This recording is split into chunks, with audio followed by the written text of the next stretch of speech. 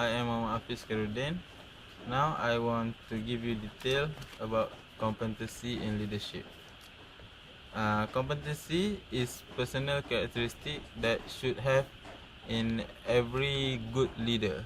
This is when a leader have good skill and good knowledge, and then the important is we must show good value to our employee, because we are the role model that will be followed by our employees. There is to identify 4 competency that new test should be examining in each candidate. I have 2 perspectives here, which is first is integrity. Integrity is stand to principle, and integrity is when we are consistency in word in action. It is important to get belief from employee and team members. Every single word from us must be fulfilled as a promise. Secondly, in perspective, we have the emotional intelligence. Emotional intelligence is when we are perceiving. Perceiving is when leader become aware with surrounding, with the employees' problem and employees absent, we become aware of it. Then it's assimilating. Assimilating is the process when we as a leader can be integrate with people and culture in the organization. This is important, and we also must be understanding to our company problem. The understanding process, which is important to perform a harmony group to do every single task with successful. We also have regulating emotion, which is control emotion.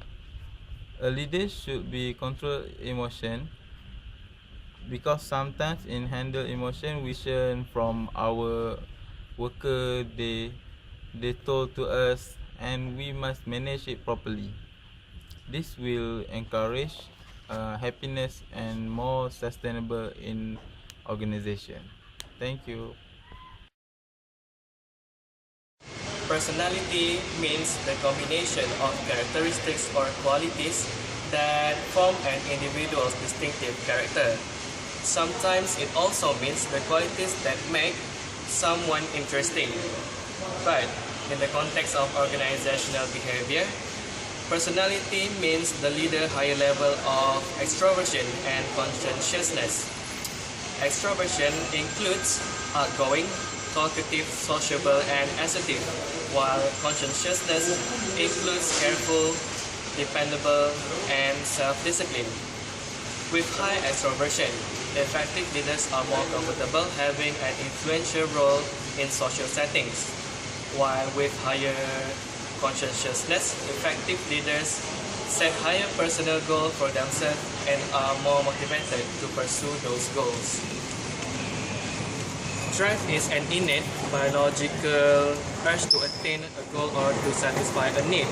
It also means the determination and ambition of a person to achieve something.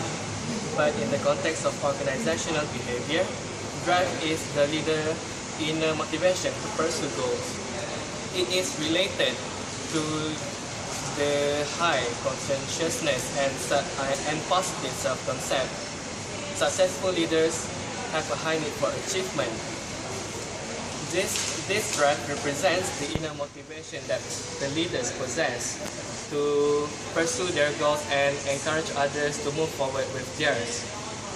Drive inspires inquisitiveness and action orientation and boldness to take the organization and team into uncharted waters.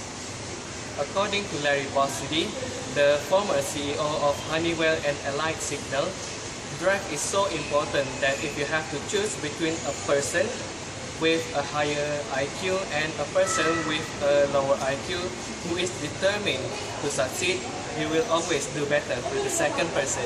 Thank you.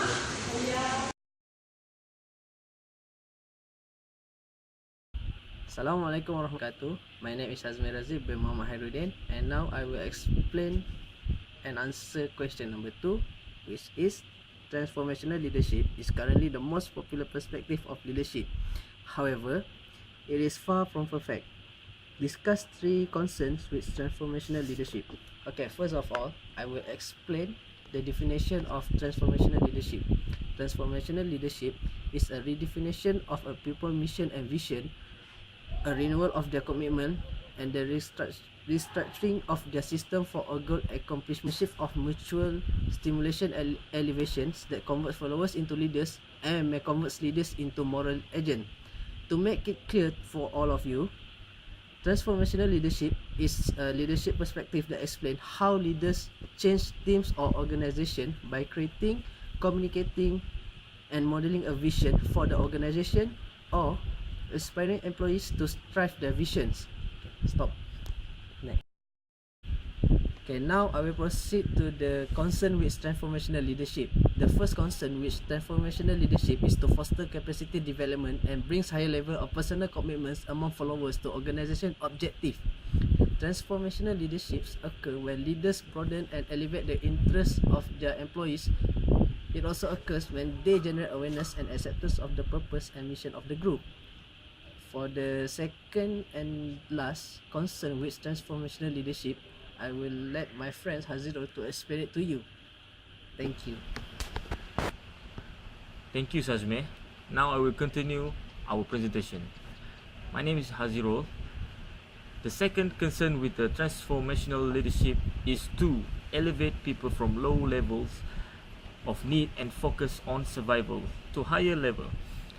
They may also motivate followers to transcend their own interests for some other collective purpose, but typically help followers satisfy as many of their individual human needs as possible and appealing notably to higher order needs.